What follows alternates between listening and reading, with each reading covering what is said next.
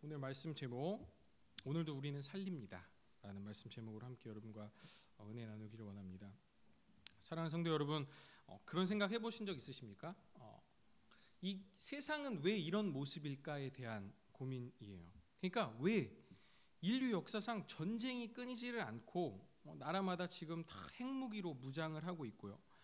수많은 강력 범죄가 곳곳에서 일어나고 있고요. 하루에도 수십 명이, 우리나라만 해도 수십 명의 귀한 목숨들을 스스로 그런 안타까운 결정을 하고 있는 걸까요? 엘빈 토플러라는 학자가 1945년부터 1990년까지 지구상에서 전쟁이 없었던 날을 한번 계산해 보니까 단 3주밖에 되지 않았다라고 합니다. 그러니까 계속해서 전쟁이 끊임없이 일어나고 있다는 거예요. 지금 우리가 아는 것만 해도 그렇죠? 러시아랑 우크라이나랑 전쟁하고 있고 이스라엘이랑 또 팔레스타인이랑 전쟁을 하고 있다는 것입니다. 왜 그러냐는 거예요. 이 세상이, 이 지구가, 우리 인간들은 왜 그런 모습으로 살아가고 있냐는 것입니다. 그뿐만이 아니에요, 여러분. 그렇게 큰, 우리가 생각했을 때 좀 더 큰 악뿐만 아니라 우리 자신을 돌이켜 봤을 때도 우리는 남을 험담하기를 좋아한다는 거예요. 그렇지 않습니까? 남에 대해서 비판하고 비난하고 뒷말하기를 좋아하는 거예요. 근데 왜 그러냐는 거예요. 그렇지 않을 수도 있잖아요. 그렇죠? 우리가 모여서 그 사람을 칭찬하기를 좋아하고 그 사람을 높여주기를 좋아하는 것이 우리의 모습이었을 수도 있는 거잖아요. 근데 왜 우리의 기본 값이, 왜 우리의 기본적인 성품이 그렇게 험담하기를 좋아하냐는 거예요. 왜 그게 짜릿하고 기분이 좋고 막 이렇게 속이 후련해지고 왜 그럴까요? 그러니까 한번 고민해 보자는 거예요.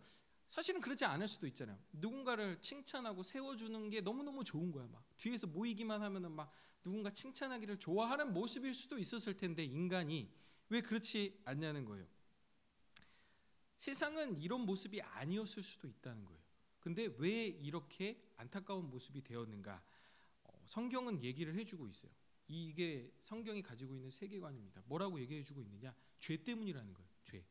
지금 이 세상이 이런 모습이 된 까닭은 죄 때문이라는 거예요. 이렇지 않을 수도 있었는데 사실은 이렇지 않았는데 이런 모습을 갖게 된 것은 죄 때문이라 창세기가 기록하고 있어요. 오늘 본문을 보니까 하나님께서 아담과 하와를 만들어 주셨어요. 그리고 둘을 맺어 주시는 장면이 나옵니다. 뭐라고 얘기하냐?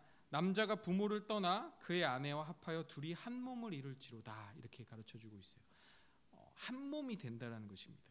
이게 태초에 하나님이 만드신 부부의 원형의 모습이에요. 둘이 하나가 된다라는 것입니다. 이것은 삼위일체신 성부, 성자, 성령이 하나이듯이 남자, 여자도 서로 하나가 되라는 것이에요. 이게 하나님이 만드신 부부의 원형의 모습이라는 거예요. 그러니까 얼마나 아름다운 것이냐면은 완전히 하나가 된다는 거예요. 생각과 뜻과 계획과 마음과 그 모든 것들이 남자 여자가 하나가 되는 것이 부부 사이이다 이렇게 얘기를 하고 있어요. 그게 하나님이 만드신 부부 관계의 원형인데 어떠십니까? 성도님들 그렇게 하나 돼서 살아가고 계십니까? 그렇지 못한다는 거예요. 왜 그럴까요? 아내는 또 아내의 생각이 있어요. 남편은 남편의 생각이 있다는 거예요. 왜? 죄 때문에 그렇게 됐다는 것입니다. 죄 때문에. 원래는 그렇지 않았어요. 원래는 남자와 여자, 아담과 하와의 생각이 같았어요. 마음도 같았고 뜻도 같았다는 거예요. 하나였는데 둘이 완전히 하나인 것처럼 살아갔는데 어떻게 됐냐? 선악과를 먹은 직후에 이들의 결혼 생활이 뒤틀리고 있어요. 아담과 하와가 아름답게 너무 행복하게 완전하게 부부 생활을 누리고 있었는데 선악과를 먹은 직후에 어떻게 변했냐? 3장 11절 12절을 보니까 이렇게 나와 있습니다. 선악과를 먹자마자 이런 상황이 펼쳐졌어요. 이르시되 누가 너의 벗었음을 내게 알렸느냐? 내가 내게 먹지 말라 명한 그 나무 열매를 내가 먹었느냐? 아담이 이르되 하나님이 주셔서 나와 함께 있게 하신 여자 그가 그 나무 열매를 내게 주므로 내가 먹었나이다. 이렇게 얘기를 하고 있어요.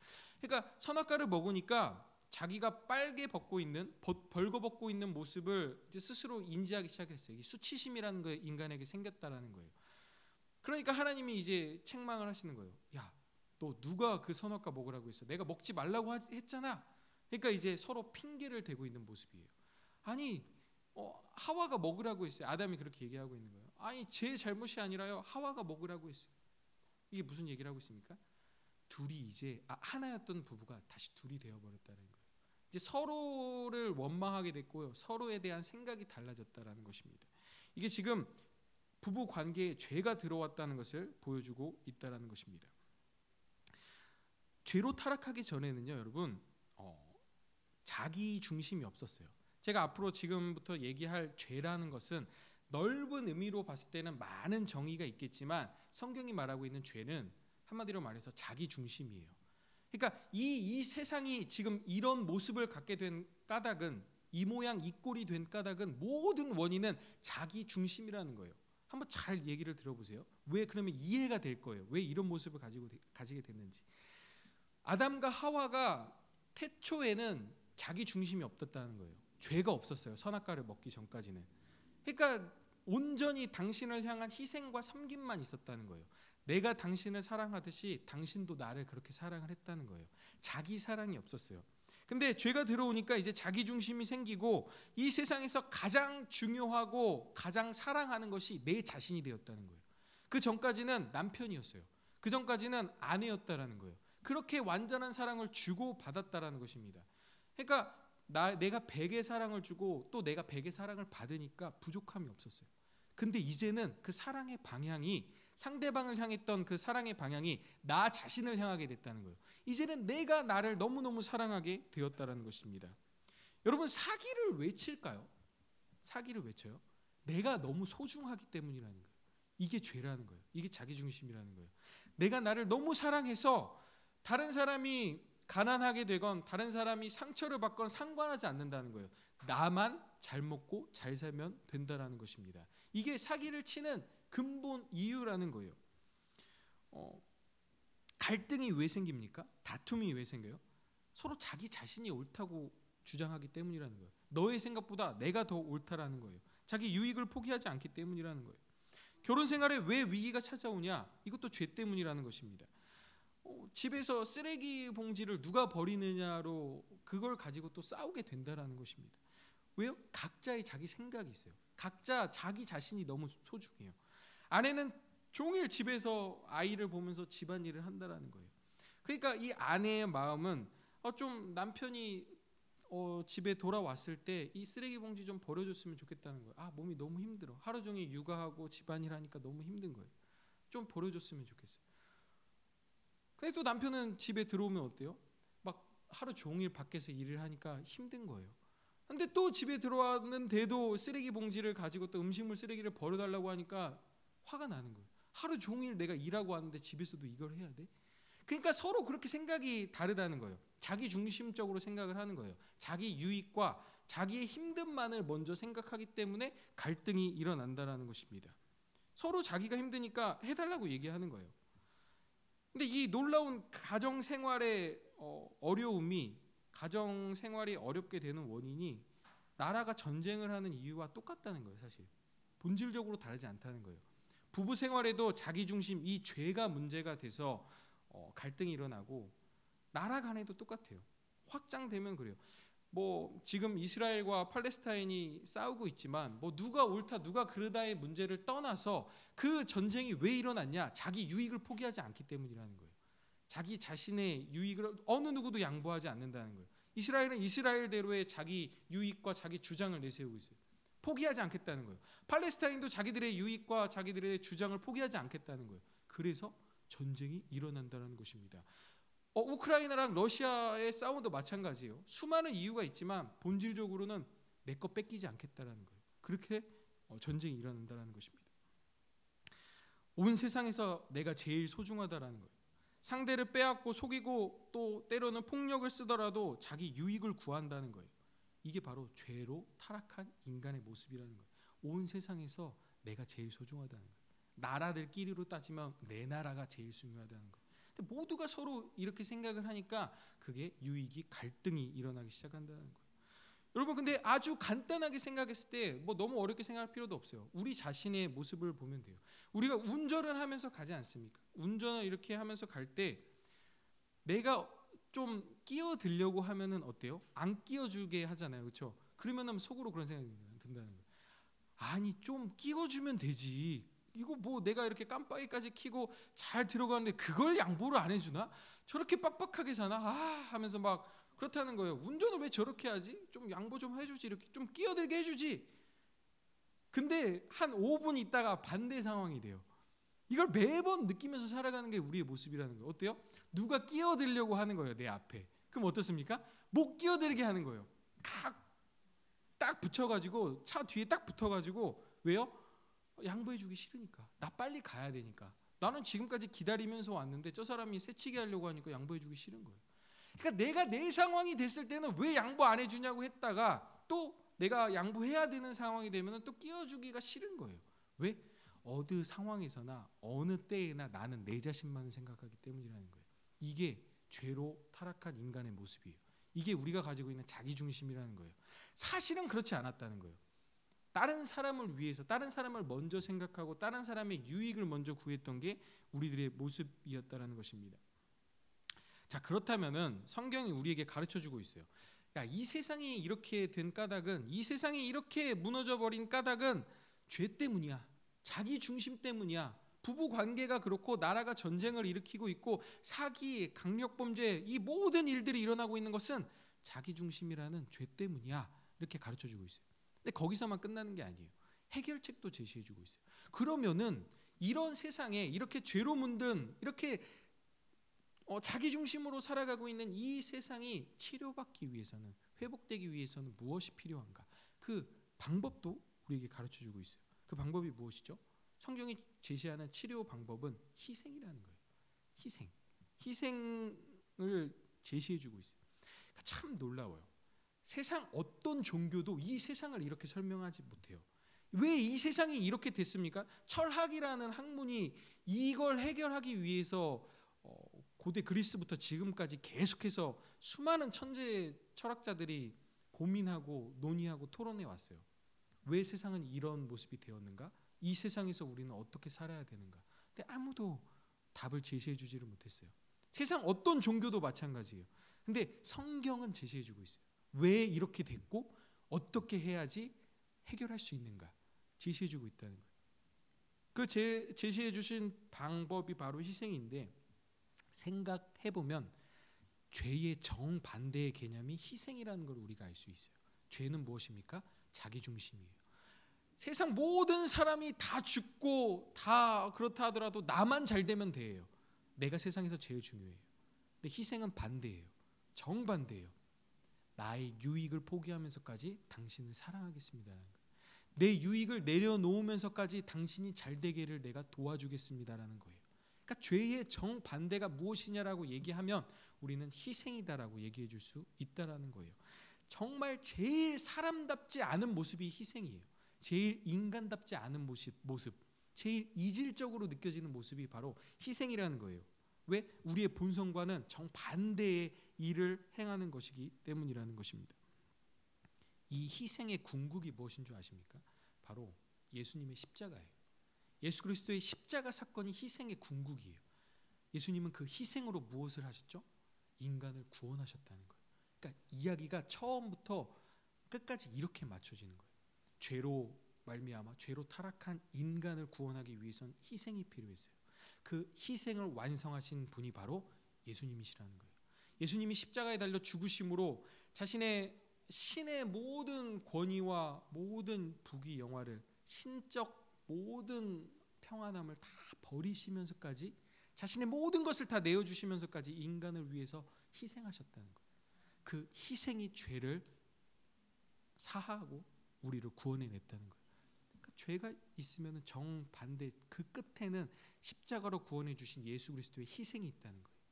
성경은 오늘 우리에게 그 세계관을 제시해주고 있어요. 그걸 얘기해주고 있다는 것입니다. 그러니까 죽어가는 영혼을 살리기 위해선, 죽어가는 이 땅, 이 세상, 엉망인 이 세상을 살리기 위해서는 예수님이 보여주셨던 그 희생을 우리도 따라가야 된다는 것입니다. 사랑하는 성도 여러분, 기독교는 그렇게 이 세상을 살려왔어요. 영혼을 살려왔고요. 이 나라를 살려왔어요. 근데 참 안타까운 게 기독교가 참 안 좋은 평가를 많이 받고 있어요. 요즘 세상에서. 인터넷에서는 제가 기독교에 관련된 기사를 보면은 댓글은 읽지 않아요. 가슴이 아파서. 참 많이 조롱도 당하고 있고요. 밤하늘에 빛나는 저 십자가들을 보면서 너무너무 끔찍한 세상을 살아가고 있다라고 말을 하고 있어요. 기독교라는 얘기가 나오면 반사적으로 아주 반사적으로 그냥 생각하지 않고 비판부터 하는 세상을 살아가고 있어요. 그러니까 우리가 조금씩 위축되고 있는 게 맞는 것 같아요. 교회에 다닌다고 좀 말하기도 부끄럽고요. 하나님의 자녀로서 누려야 될 당당한 자부심을 우리가 가지지 못한다는 거예요. 어쩌다가 우리가 세상에 이렇게 눈치를 보게 됐을까요? 세상이 이렇게 기독교를 핍박하고 또 비난하는 이유 중에 하나가 우리가 이 세상을 위해서 어떤 희생을 하고 있는지, 또 우리가 이 나라를 어떻게 살려왔는지를 잘 모르고 있기 때문이라는 거예요. 세상 사람들이 그러니까 기독교가 하고 있는 일을 잘 모르고 있어요. 기독교가 하고 있는, 감당하고 있는 희생에 대해서 말입니다. 많은 곳을 우리가 조사해 볼 필요도 없고요. 교회가 무슨 일을 감당하고 있는가. 큰 교회, 제가 한 교회를 그냥 정해서 한번 들어가 봤어요. 뭐 하고 있지 이 교회에서는? 그냥 간단하게 제가 얘기해 드릴게요. 지역 아동 센터를 운영하고 있어서 아동들을 보호하고 교육하고 급식도 지원해 주고 있더라고요. 또 컬처 에듀투게더라는 교육 복지 사업도 하고 있어요. 그래서 경제적으로 교육의 기회가 부족한 지역사회 청소년들에게 이런 기회를 제공해 주고 있고, 주간보호센터도 운영하고 있고요. 장애인 대상으로 재활 프로그램도 운영하고 있어요. 다문화 카페도 운영하고 있고요. 발달 장애인들의 직업 활동을 위해서 우리 꿈터라는 것도 지원하고 있고, 장애인 종합복지관도 또 운영하고 있다는 거예요. 한 개의 교회가 이 모든 일들을 다 하고 있더라는 거예요. 이뿐만 아니라 또 우리가 알고 있는 서울광염교회도 인터넷을 통해서 홈페이지에 들어가면은 정말 무궁무진하게 읽을 수도 없을 정도로 이 나라와 이 땅을 위해서 수많은 희생을 하고 있다는 거예요. 정말 상상할 수 없는 액수를 이 나라를 위해서, 죽어가는 영혼들을 위해서, 배고파하는 이들을 위해서, 정말 경제적으로 어려움에 처한 이들을 위해서 사용하고 있다는 것입니다. 전 그래서 한번 그 모든 것들을 살펴본 뒤에 다시 한번 물어보고 싶다는 거예요. 정말 기독교는 이 땅에 도움이 되지 않는 종교인가? 정말 우리는 그렇게 비판받아 마땅한 자들일까요? 정말 사라져야 할 존재들인가요? 그렇지 않다는 거예요. 여러분, 이 교회가 없었으면요, 이 모든 사업을 누가 감당할 수 있겠냐는 거예요. 이 교회로 말미암아 복지 혜택을 받고 있는 이들이 얼마나 많냐는 거예요. 조금만 더 얘기하자면은 문화체육관광부가 조사한 고등교육을 실시하고 있는 학교 중에 정말 145개 중에 109개의 학교가 기독교가 설립한 학교라고 합니다. 또 사회복지 단체, 또 호스피스, 그러니까 다른 종교와는 비교할 수 없을 정도로 훨씬 더 많은 시설들을 기독교가 운영하고 있다는 것입니다. 이 정도만 해도 충분할 것 같아요. 일일이 더 얘기하지 않아도. 교회가 사라진다면은 그 모든 일들을 감당하고 있는 자리를 누가 메꿀 수 있냐는 거예요. 여러분, 정부에서는요 이 일을 다 감당할 수 없어요. 정부가 감당하지 못하는 곳에 언제나 늘 교회가 있어요. 세상에 제가 이 구제도 하고 여러 가지 일들을 행하면서 살펴본 바, 세상 가장 낮은 곳에 가면은 여지없이 목사님이 계세요. 여지없이 그곳에 교회가 있어요. 정부 없어요. 지자체 없어요. 거기까지 닿을 수가 없어요. 거기까지 갈 수가 없어요.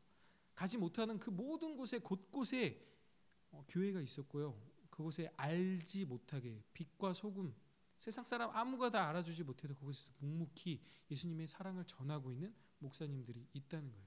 이 모든 일들을 교회가 감당하고 있다는 것입니다. 여러분, 어떻게 이 죽어가고 있던 이 나라 대한민국이 그렇게 전쟁으로 1950년대부터 힘들어했고 그렇게 어렵게 살던 이 나라가 어떻게 오늘까지 살아날 수 있었어요? 대한민국의 근대화는 기독교를 빼고는 설명할 수가 없어요. 이것도 정말 조사를 많이 했지만 제가 다 얘기해드리진 않을게요. 근데 우리가 간단하게만 얘기하면요, 언더우드 선교사가 고아원과 또 학당을 설립을 했어요. 그게 경희대가 돼요. 훗날 연희 전문학교, 경신학교 세웠는데 이게 훗날 그렇게 된다는 거예요. 다른 선교사 아펜젤러는 배제학당을 세웠어요. 그렇죠? 지금 남아 있는 배제대학교죠. 그래서 수많은 운동을 했고요. 독립운동도 적극적으로 지원을 해서 서재필과 같은 운동가도 배출을 했어요. 메리 스크랜튼 여사는요 이화학당이라는 교육기관을 만들었어요. 오늘날의 한국 최초의 여성 전문 교육기관이죠. 이화여자대학교입니다. 이뿐만이 아니에요. 학교만 세운 게 아니라 또 알렌이라는 의료 선교사가 고종을 설득해가지고 광해원을 설립했어요. 이게 세브란스 병원의 전신이 돼요. 오늘날에. 또 스크랜튼은 시병원이라는 민간 의료기관도 열었는데요. 이게 이화여자 부속대학교 의과대학으로 훗날 만들어져요. 또 문서 선교를 위해서 한글 보급과 정착의 수많은 일들을 했고요. 그러니까 이 외에도 일일이 열거하자면 정말 끝도 없어요. 선교사님들이 어떤 일들을 했는지. 자기의 목숨을 바치면서 이 나라의 근대화를 위해서 노력했다라는 것입니다. 제가 무슨 얘기를 하고자 하느냐? 기독교는 그렇게 희생을 해왔다는 거예요. 이 나라와 이 땅을 위해서. 그렇게 수많은 이들이 나라를 세워왔고 학교를 세웠고 또 복지기관 또 병원을 세웠어요. 희생하면서 자신의 목숨까지 바치면서. 그래서 오늘 우리나라가 있다는 거예요. 그렇게 우리가 나라를 살려왔어요. 뿐만 아니라 지금도 마찬가지예요. 저 보이지 않는 저 달 동네에 가면은 그곳에 도시락을 배달하고 계시는 목사님이 있어요. 늘 어딘가에 꼭 그곳에 가장 낮은 곳에 목사님들이 계셨다는 거예요. 지금도 보이지 않는 곳에서 그렇게 해왔듯이 오늘도 우리가 이 나라를 살려가고 있다는 것입니다. 요한일서 3장 18절을 보니까 이렇게 얘기를 하고 있어요. 자녀들아 우리가 말과 혀로만 사랑하지 말고 행함과 진실함으로 하자. 아무도 알아주지 않지만 세상의 빛과 소금의 역할을 감당하자는 거예요. 우리가 행함으로 이 세상의 빛과 소금인 것을 보여주자는 거예요. 그러니까 우리가 기독교임을 위축될 필요가 없다는 거예요. 우리는 당당하게 자부심 있게 세상 사람들에게 얘기할 수 있다는 거예요. 우리가 지금까지 해온 것들을 우리가 알아야 된다는 것입니다. 사랑하는 성도 여러분, 내용을 정리하자면은 죄로 물든 이 땅, 이 세상을 회복시키기 위해서는 희생이 필요하다는 말씀을 드렸어요. 영혼을 구원하기 위해서는 예수님의 희생이 필요했고요. 죽어가던 나라를 살리기 위해서는 수많은 선교사들과 또 교인들의 희생이 필요했어요. 그렇다면은 우리가 앞으로 해야 될 이 땅을 위해서 희생을 해야만 하는데 또 누군가를 살리기 위해서 또 가정을 위해서 직장을 위해서 교회를 위해서 누군가의 희생이 필요한데 그것을 살리기 위해서는 희생이 필요한데 이게 어떻게 가능하냐는 거예요. 그러면 목사님 오케이 알겠습니다. 희생이 필요하다는 건 알겠는데 무너진 그 땅이 회복되기 위해서 누군가 희생해야 된다는 건 알겠는데 그게 어떻게 가능하냐는 거예요. 이론적으로는 너무너무 좋은 이야기인데 이게 실제로 가능하냐는 거예요. 왜냐하면 옛날에 중국의 제자백가 시대 때 수많은 사상들이 서로 경쟁하고 대립했던 때가 있었어요. 누구 사상이 제일 옳은가. 그때 묵자라는 사람이 나타나서 묵가라는 사상을 얘기를 했어요. 이 묵가의 핵심 사상이 뭐냐면 겸해라는 거예요. 이게 뭐냐면 무조건적인 사랑이에요. 야, 우리가 싸우지 말자. 우리가 이 수많은 이 춘추 전국 시대에 서로 싸우고 이렇게 다투는 이 땅에 우리에게 정말 필요한 건 사랑이야. 이렇게 주장했던 사람이 있었어요. 아주 오래전 옛날에 예수 그리스도가 이 땅에 오기 전에 그런 이미 이 사상은 존재했었어요. 겸해라고 무조건적인 사랑을 얘기했어요. 야, 우리 서로 사랑하자. 서로 싸우지 말자. 근데 여러분 이 제자백가를 통일했던 춘추 전국 시대를 통일했던 사상은 무엇입니까? 강력한 법가였어요. 법으로 통치해야 된다는 것이죠. 죄인들이기 때문에 그게 현실적이고 실질적이었다라는 것입니다. 왜? 사상은 좋은데 생각은 좋은데 그걸 실행할 수 있는 힘이 없다는 거예요. 싸우지 말자. 우리 서로 사랑하자. 누가 말 못하냐는 거예요. 근데 그게 어떻게 가능하냐는 거예요. 힘이 어디 있냐는 거예요. 이 묵가 사상은 힘이 없어서 그렇게 사라져 버렸어요. 근데 기독교가 지금 오늘날까지 지금까지 해왔듯이 지금도 희생할 수 있었던 그 원동력이 어디 있습니까? 바로 예수님에게 있다는 거예요. 왜? 예수님이 우리를 위해서 죽으시고 십자가에 달려 희생당하셨다는 거예요. 이제 우리가 그것을 알기 때문에 예수님이 나를 위해서 어떤 희생을 하셨는지를 알기 때문에 내가 저들을 도울 수 있다는 거예요. 이게 우리의 원동력이라는 거예요. 세상 모든 종교와는 다른 우리가 가지고 있는 원동력이라는 거예요. 아무리 좋은 말을 하고 아무리 달변을 해도 그 생각을 실현시킬 수 있는 힘이 필요해요. 근데 지금까지 기독교가 그 희생을 감당할 수 있었던 것은 예수님이 우리 안에 있기 때문이라는 것입니다. 요한일서 3장 16절에서 18절을 보니까 이렇게 얘기를 하고 있어요. 그리스도께서 우리를 위하여 자기 목숨을 버리셨습니다. 이것으로 우리가 사랑을 알게 되었습니다.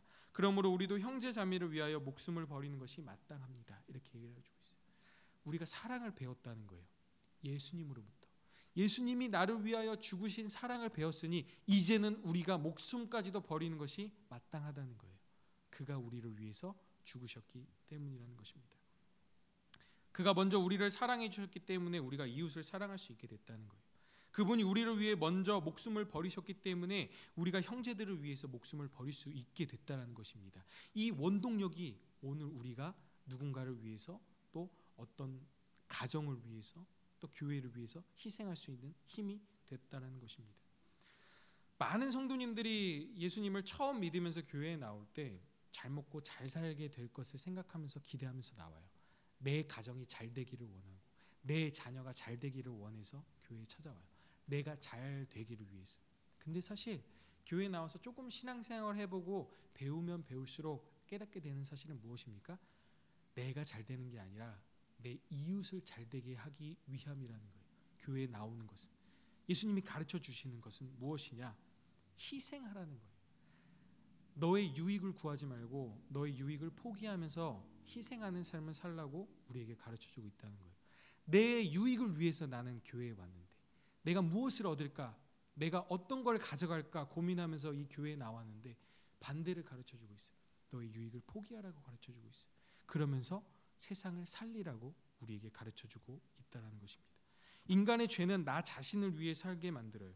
그런데 복음은요, 내 자신을 포기하게 우리를 이끌어 간다라는 것입니다.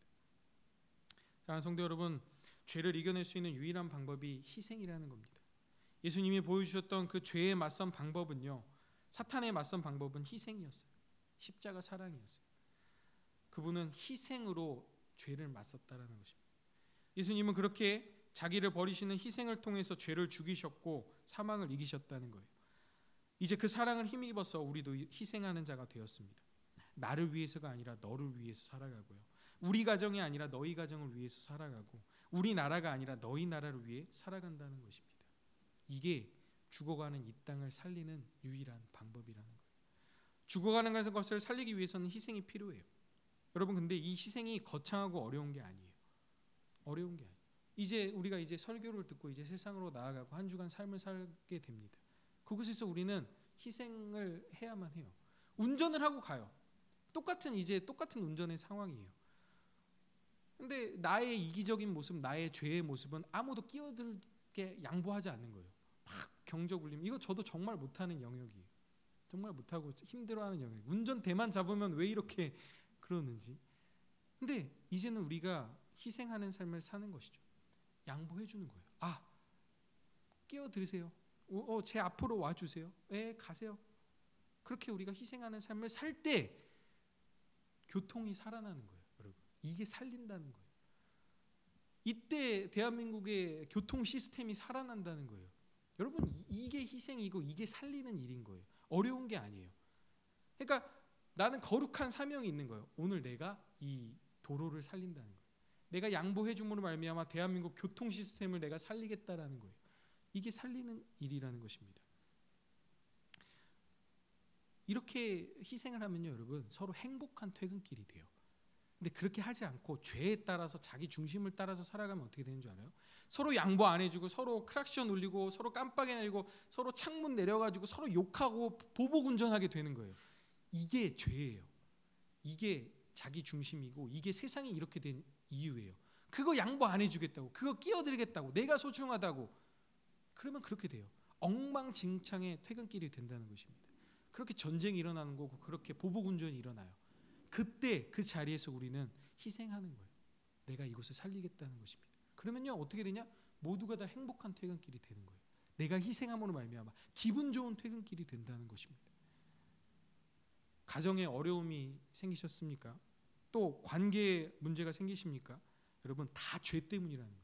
모든 문제는 다 죄 때문이에요. 자기 중심 때문이라는 거예요. 그러면은 무너진 가정을 여러분 어떻게 살리시겠어요? 정반대로 행하면 돼요. 죄의 정반대인 희생을 살아가면 된다는 것입니다. 남편 성도 여러분은요, 집에 퇴근하면은 쌓인 설거지를 하시면 되는 거예요. 내 몸이 피곤하고 내가 힘들다는 것을 내세우기 전에 내가 희생하는 거예요. 이 가정을 살리고 싶다면. 왜? 저 사람도 쉬고 싶어하는 걸 내가 알기 때문에.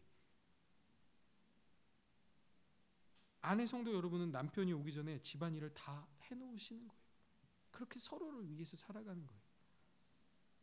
가정이 어려운 이유는요, 아무도 이 일을 하지 않으려고 하기 때문이라는 거예요. 너가 하라는 거예요. 너가 해달라는 거예요. 나의 유익을 내가 구한다는 거예요. 나는 쉬고 싶다는 거예요. 내 생각만 하니까 가정이 파괴되는 거예요. 어떤 의견에 있어서도 내 생각만 옳다고 생각하고 주장을 하니까 갈등이 생긴다라는 것입니다. 근데 그럴 때 여러분, 이제는 우리가 깨닫게 되는 거예요. 가정에 어려움이 생겼어요? 가정에 갈등이 생겼어요? 죄 때문이라는 거예요. 자기 중심 때문이구나. 필요한 것은 무엇입니까? 내가 희생해야 되는구나. 내가 이 시간, 내가 지금 이 가정에서 죽어야 되겠구나. 내가 이 가정을 다시 살려야겠구나. 그러면서 설거지를 하면서 또 쓰레기를 버리면서 생각하는 거예요. 나는 지금 가정을 살리고 있다. 내가 서 있는 곳에, 내가 있는 이곳에 바로 내가 다시 살린다. 그렇게 생각하고 살아간다는 것입니다. 여러분이 계신 그곳이 다시 회복되기를 원하신다면요, 그곳에서 여러분 희생하시기 바랍니다. 그곳에 갈등이 심하고 그곳에 다툼이 있다면은, 그곳이 너무나도 어둡다면은 누군가 죄에 따라 살아가고 있다라는 표시예요. 그러면 우리는 이제 그곳에서 희생하는 삶을 살아야 된다는 것입니다. 우리가 그곳을 다시 살려야 된다는 거예요. 예수님처럼 다 주고 또 주고 끝까지 주면서 다 포기해야 한다는 것이. 그럴 때 직장이 살아나고 가정이 살아나고 교회가 살아난다는 것입니다. 교회 공동체도 그런 공동체가 되어야 된다는 것입니다. 자기를 희생하는 사람이 많을수록 살아나요. 그곳은. 내 유익을 포기하고 내가 다른 사람들 위해서 헌신할수록 그곳이 살아나요. 직장도 마찬가지라는 겁니다. 직장에서 갈등이 일어나는 모든 이유는 단 한 가지예요. 죄 때문이라는 것입니다. 그리고 사랑하는 여러분, 여러분은 이미 그리고 이 교회에 나와 헌금을 하고 예물을 함으로써 이 모든 나라를 여러분들이 살리고 있다는 것을 또 깨달으셨으면 좋겠어요. 여러분들에게 그런 자부심이 있었으면 좋겠어요. 오늘 우리가 영상을 통해서 또 그리고 홈페이지에 나와 있는 글을 통해서 보았듯이 여러분들이 드린 추수감사 헌금으로 우리가 노숙인들을, 추위에 떨고 있는 이들을 살리고 왔다는 거예요. 제가 한 게 아니라 우리 교회가 했어요. 여러분들이 드린 헌금으로 우리가 살리고 왔다는 거예요. 세상이 엉망이 돼서 저들이 왜 저렇게 길거리에 나앉게 되었습니까? 수많은 이유가 있겠지만 죄 때문이라는 거예요. 수많은 경쟁에서 밀렸고요. 수많은 다툼에서, 수많은 관계에서 상처를 받았고, 그렇게 죄 때문에 세상 사람들 다 자기 자신을 위해서 살아가는 그 세상에서 떠밀려서 결국 그런 신세가 됐어요. 정확히 그 이유 때문에, 죄 때문이에요. 근데 그들을 살리는 것은 누군가의 희생이라는 거예요. 떨고 있고요. 그 영하의 추운 날씨에 아무것도 걸치지 못해서 바닥에 누워서 술에 취해서 떨고 있는 그 사람을 살리는 건 누군가의 희생이에요. 누군가가 그 사람을 살린다는 거예요. 누구예요? 우리 교회라는 거예요. 세상 사람 모두가 나만 생각할 때 우리는 희생하는 자들이 된다는 것입니다. 모든 사람들이 서로 죽일 때 우리는 서로 살리는 자들이 돼요. 여러분들의 사랑을 가지고 우리가 세상에 나와서 그들을 살리고 왔다는 거예요. 그러니까 여러분은 자부심을 가지면 돼요. 내가 세상을 살리고 있구나. 내가 오늘 이 나라를 살리고 있고 죽어가는 사람들을 살리고 있구나. 내가 이 세상을 살리고 있다는 것입니다. 우리는 이 땅의 빛과 소금이고요. 우리가 바로 세상의 희망이라는 거예요. 십자가의 능력을 힘입어서 희생하는 삶이 바로 병든 이 세상을 치료하는 방법이라는 거예요.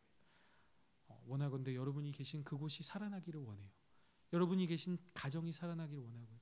여러분이 계신 직장이 살아나기를 원하고, 여러분이 맺는 모든 관계가 회복되고 살아나기를 원해요.